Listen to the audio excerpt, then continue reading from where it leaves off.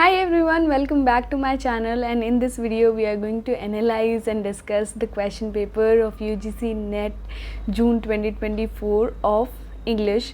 Or though I did not appear for the examination, but I saw the question paper and I found the question paper, it was not very easy paper, neither it was very tough, but it was a moderate paper.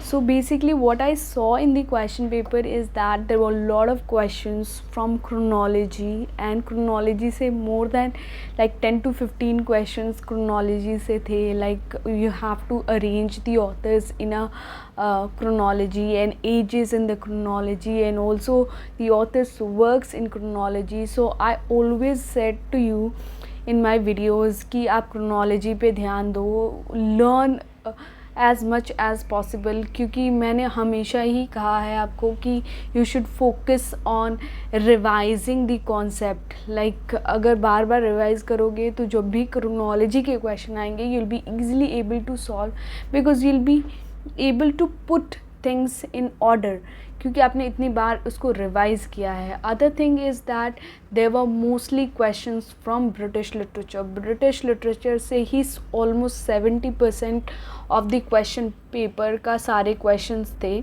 I saw few of the questions from African literature. Chinua Achebe पे question था, गुगीवा थियोंगो पे question था. I saw it in the question paper. I haven't solved it yet. I'll be solving it, and I'll post a video of the solution, and फिर उसको detail में हम discuss करेंगे वहाँ पे. The only thing is that I just gave a glance to the question paper and I saw a lot of questions based on chronology. I saw questions based on Indian authors as well, like Amitabh Ghosh पे question था, and there were works of Indian authors which need to be arranged in a chronological order. So chronology पे, and also I saw questions based on research, जैसे प्लैग पे question था. I saw a question on literature review as well. A citation पे question था. तो all these things you need to pay attention to. But if you ask me that question paper tough था, नहीं, it wasn't very tough question. बहुत ही moderate question थे. अगर आपने ध्यान से पढ़े होंगे अपने सिलेबस या अपने जितने भी चीज़ें आपने पढ़ी थी उसको बार बार रिवाइज़ किया होगा, तो आई डोंट थिंक आप क्वेश्चन नहीं कर पाए होगे. बहुत इजी क्वेश्चंस थे. अगर जैसे फर्स्ट टाइमर जो होते हैं उनको ये क्वेश्चंस टफ लग सकते हैं, but if you are like already NET and trying for JRF, I would say that it would be आपके लिए बहुत ही ज़्यादा ये क्वेश्चन पेपर आसान होगा, क्योंकि as we all know pen and paper में, जब भी पेन एंड पेपर मोड में एग्ज़ाम होता है, हमेशा ही पेपर जो होता है उसका लेवल थोड़ा कम हो जाता है.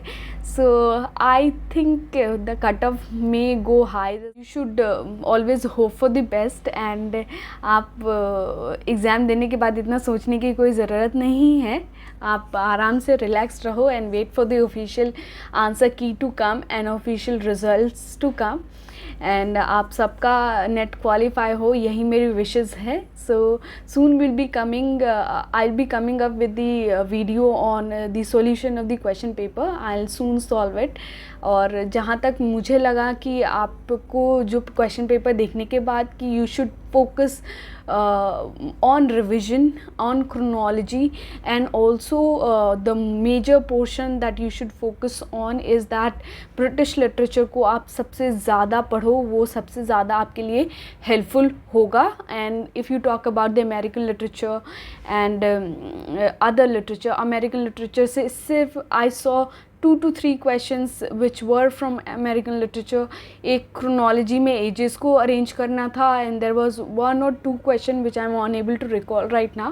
but बहुत ज़्यादा American literature से question नहीं आए थे. African literature से भी mostly 5 or 6 questions ही आए थे, I think so. अभी मैं जब solve करूँगी then I will be able to give you the exact number. but whereas Indian literature से question आए थे, I saw them. and British literature, I would emphasize that you should focus on British literature and revision of, because आपको concept तो यहाँ पता भी हो सकता था, लेकिन जब तक आप उसको बहुत ही अच्छे तरीके से रिवाइज नहीं करते हो, उसको क्रोनोलॉजी में आपके लिए अरेंज करना बहुत डिफ़िकल्ट हो जाता है। सपोज़ अमिताभ घोष के वर्क को जो है वो एक क्रोनोलॉजी में अरेंज करना था। So you know the works, but the thing is that उसको डेट वाइज अरेंज करना डिफ़िकल्ट हो जाएगा अनलेस कि आपने बहुत बार उसको रिवाइज़ किया है। So these are the few points that you should keep in mind and hope for the best. Let's wait for the result, and thank you for watching the video.